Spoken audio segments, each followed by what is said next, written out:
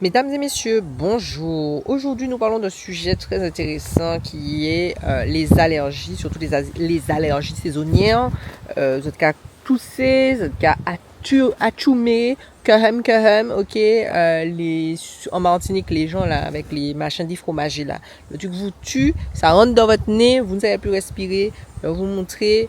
Je crois que c'est 5 ou 6, je ne sais même plus. Je vais vous montrer 6 plantes pour vous soulager, respirer à nouveau. C'est parti. Bon, la première plante, elle est trouvable partout. C'est la mal nommée, on en parle souvent. C'est la plante de l'asthme. On fait attention si on est allergique parce que vous voyez, il y a du latex dans la tige. Donc on fait attention.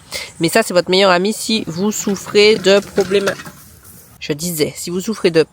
Mais je vais y arriver aujourd'hui. Vous souffrez de problématiques respiratoires, que ça soit des allergies, un rhume de l'asthme, etc. Cette plante est super intéressante. Donc la mal nommée, on fait une poignée, une infusion, 1 litre d'eau. Si vous la mélangez, vous pouvez prendre une demi-poignée à peu près, quelques feuilles, avec les autres plantes et toujours 1 litre d'eau. Voilà. Donc vraiment, ayez le réflexe, ça pousse partout, vous voyez, il y en a partout. C'est une superbe plante à mettre dans son quotidien si on souffre d'allergie. On passe à la deuxième plante. Pour la deuxième plante, il n'y a pas besoin d'aller bien loin, hein, comme vous le voyez, il y en a une ici. Alors là, on est sur de l'ortie tropicale, mais vous pouvez aussi utiliser l'ortie de France, ce que je vais montrer tout de suite. Ici, on a une feuille d'ortie de France. Je fais attention quand je la touche parce que j'imagine que ça me gratte. L'ortie, c'est votre meilleur ami. Si vous voulez en savoir plus sur les vertus de l'ortie en général, je vous invite à aller voir la vidéo que j'ai faite, je pense la semaine dernière, ou en tout cas, je vous la mettrai là. Vous pourrez aller voir sur les vertus de l'ortie les vertus de l'ortie en général. L'ortie, c'est très bon, c'est un antihistaminique naturel. Donc pour les messieurs dames, elles qui souffrent là en ce moment d'allergie, ça vous gratte, ça vous pique, vous éternuez, vous êtes qu'à mort. Mettez de l'ortie dans votre vie. Vraiment, ça pousse partout. Pour nos latitudes, l'ortie tropicale fait très bien le travail. Pour vous là-bas, vous pouvez utiliser l'ortie dioïque, qui elle aussi a un antihistaminique naturel. On passe à la troisième plante. Tu es devenu végétarien sur nous là? Hein? Tu manges un petit mango au calme là? Hein? Et Francky? Francky a mangé un petit mango au KLM. Ah ouais, mon frère. Tu as bien raison, Francky.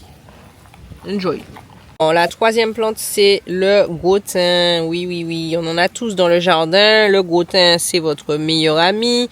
Vraiment, en général, on le recommande pour les problématiques de toux, de grippe, de sinusite, les problématiques respiratoires en général. En plus d'être bon pour les problématiques de digestion, vraiment, c'est votre meilleur ami si vous souffrez en ce moment des allergies. Donc, vous éternuez, vous avez du mal. En général, ça vous donne mal à la tête. Vous sniffez beaucoup. Bref. Le gros thym est votre meilleur ami. Ici, une poignée, 1 litre d'eau. Vous pouvez aussi réaliser des espèces de sirop pour la toux. Vraiment, c'est un plus à avoir. Vous pouvez le faire sécher si vous voulez pour en garder sur toute l'année ou pour expédier là-bas, c'est vous qui voyez. Mais vraiment, mettez du gros thym dans votre vie. Alors, c'est pas forcément très bon en goût. Il y a des gens qui aiment pas. Il y a des gens qui adorent. Une petite poignée comme ça peut suffire si vous le mélangez avec d'autres plantes. Mais vraiment... je vous le recommande. Le gros thym là, ça calme. Et en plus, ça pousse partout. On passe à la quatrième plante. Où tu vas avec ça? Va déposer ça. Va déposer ça. Allez. Va déposer.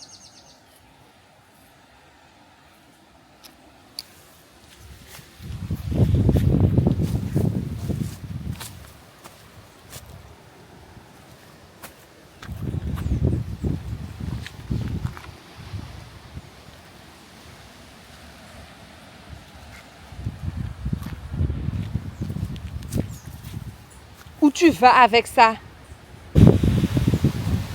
Où tu vas avec ça? Viens là. Viens là. Viens là. Dépêche-toi. Viens. Viens. Déposez ça. Déposez. Déposez ça par terre. Déposez. Tu vas me faire mal. Tu vas me faire mal. Tu vas me faire mal. Dépose. Dépose le bâton. Dépose le bâton. Dépose. Posez. Posez bâton. Hein. Voilà, c'est bien. Si. Quand tu veux. Hein. Regardez comme elles sont belles. Il y a des goyaves. Donc, vous l'aurez compris, la 4e plante, ou 5e plante, je ne sais plus, on est sur la feuille de goyavier. Et oui, toujours avec le bâton. Hein. La feuille de goyavier, c'est votre meilleur ami. Si vous souffrez d'allergie respiratoire, si en ce moment votre nez crie en mouet, mettez des feuilles de goyavier dans votre vie.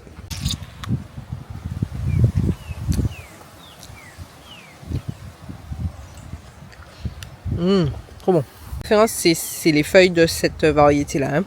On va dire celles qui sont locales, endémiques. Ouais, vous savez, celle qu'on retrouve le plus souvent dans les jardins créoles, c'est celle-là. C'est les feuilles de celle-là que moi, je vous dirais de prendre. Maintenant, vous avez fait ça zotelé. Moi, je ne sais pas pour les autres feuilles, mais c'est celle-là que moi, j'utilise en tout cas. Voilà. Ça, c'est la beauté d'habiter sur une île. Et c'est la beauté d'avoir des plants de fruitiers près de chez soi parce qu'on a une petite faim. On va y acheter un petit bonbon. Tu prends une petite goyave bien mûre, bien sucrée. Excellent. Excellent.